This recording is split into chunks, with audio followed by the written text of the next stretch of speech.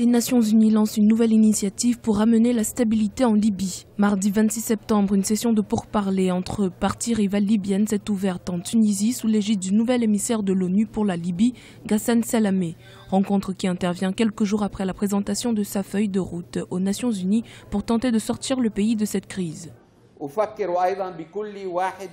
Je pense à chacun de nos collègues dans les deux assemblées et je vous prie de bien vouloir négocier dans la plus grande mesure en prenant en compte ceux qui ne sont pas avec nous aujourd'hui. J'espère que vous vous impliquerez autant que possible dans votre travail pour que tous les amendements limités apportés atteignent les objectifs du consensus le plus large parmi les deux conseils. La Libye est en proie à une lutte intestine pour le pouvoir depuis la chute du général Mouammar Kadhafi en 2011.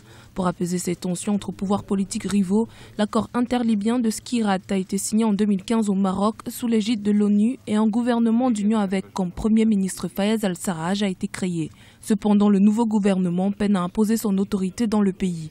Dans son nouveau plan d'action, Ghassan Salamé propose qu'une nouvelle constitution soit soumise à un référendum afin d'ouvrir la voie des élections d'ici 2018.